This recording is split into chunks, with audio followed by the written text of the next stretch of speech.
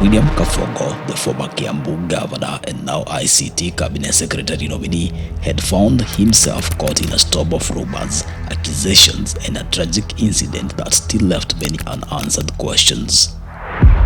A question had been lingering in the air for years, shrouded in mystery and speculation. It was the one question everyone had been waiting to hear answered. On June 17, 2011, Mercy Keino, a promising Nairobi University student, was found lifeless along Wayakwe just after attending a party that allegedly had Kabogo as the host. Whispers linked him to her untimely death, igniting a web of controversy and suspicion.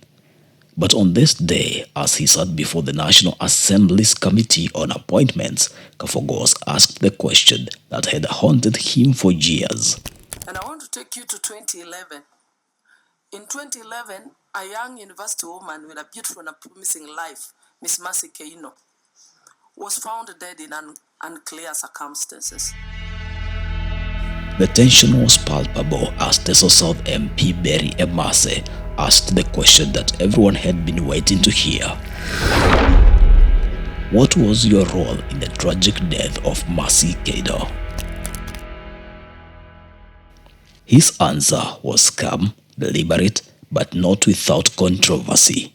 Issue of 2011 of Mercy Keino, a very tragic story, Mr. Speaker.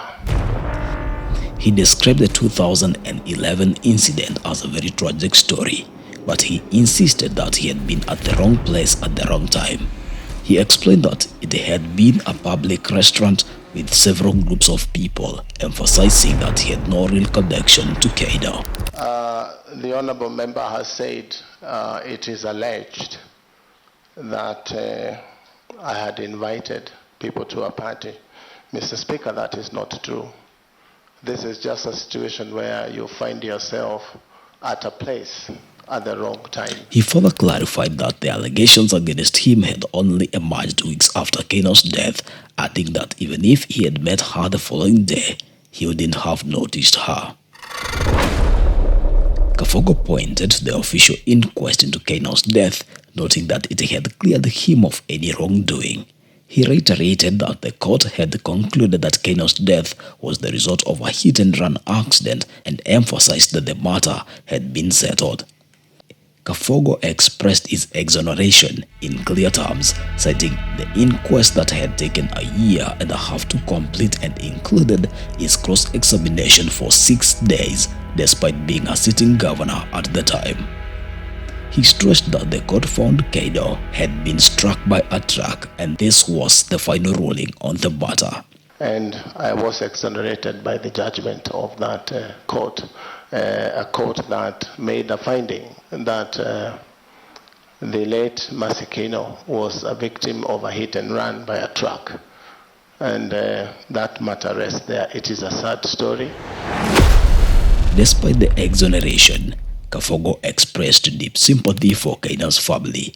He conveyed his condolences, stating that he hoped one day the driver responsible for the death would come forward and take accountability. Kabogo conveyed a sincere belief that this would happen eventually. It was an emotionally charged moment. The mystery surrounding Mercy Keino's death may have been legally settled, but questions remained. Had Kabogo truly been just an innocent bystander, or there's something more to the story? The truth, it seemed, was still a long way from being fully uncovered.